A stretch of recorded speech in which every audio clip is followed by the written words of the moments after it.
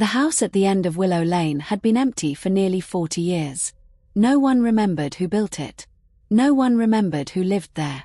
But everyone remembered the sound. Footsteps.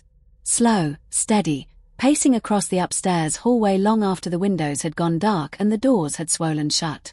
Most people avoided the place. But not Rowan. Rowan had always been drawn to forgotten things, old books, abandoned sheds, dusty attics. So when she inherited the house from a distant relative she'd never met, she didn't hesitate. She packed a bag, grabbed a flashlight, and walked to Willow Lane. The house greeted her with silence. Inside, the air felt strangely warm, as if the house had been waiting. Dust coated everything except a narrow path leading up the stairs, as though someone had walked it recently. Rowan frowned. "Hello." The house didn't answer. She explored room by room. The wallpaper peeled like old bark. The floorboards groaned softly under her weight. But nothing felt threatening, just lonely. Upstairs, she found a long hallway with 5 doors. 4 were closed. One was slightly open. A faint creak echoed behind her. Footsteps. Rowan spun around, heart pounding. The hallway was empty. She took a breath. "Old houses make noise," she whispered.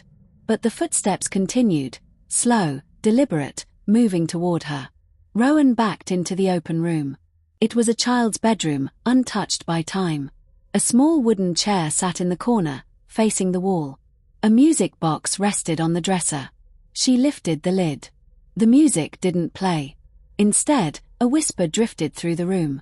"You came back." Rowan froze. "Who's there?" The footsteps stopped just outside the door. The house seemed to inhale. "We waited." The chair in the corner turned slightly, as if someone invisible had just sat down. The air grew warm again, not threatening, but pleading. Rowan swallowed. "What do you want from me?" The whisper softened. "Stay." The music box clicked once, then began to play a slow, trembling lullaby. The walls shimmered faintly, revealing faint outlines, silhouettes of people who once lived here, their shapes flickering like candlelight. Not ghosts. Memories. The house wasn't haunted. It was lonely. Rowan stepped into the hallway. The footsteps followed her, gentle now, matching her pace. She walked from room to room, touching the walls, the banister, the old furniture. With every touch, the house brightened, just a little.